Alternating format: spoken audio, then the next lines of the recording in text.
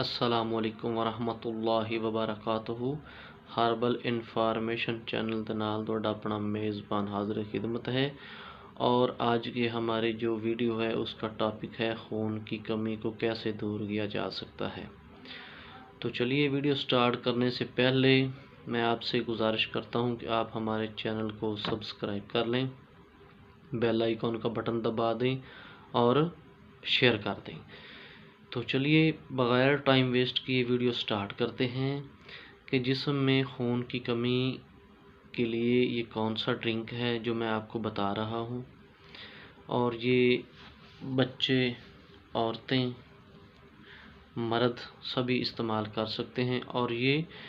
ایک قدرت کے تحفوں میں سے ایک بہت بڑا تحفہ ہے۔ تو چلیے میں آپ کو بتا دوں کہ اس کا طریقہ استعمال کیا ہے اور اس میں کون سی اجزاء شامل ہیں۔ نمبر ایک، اس میں چقندر 1 عدد لینا ہے، اور 1 عدد کھیرا لینا ہے، اور کالی مرچ 1 چٹکی، کالا نمک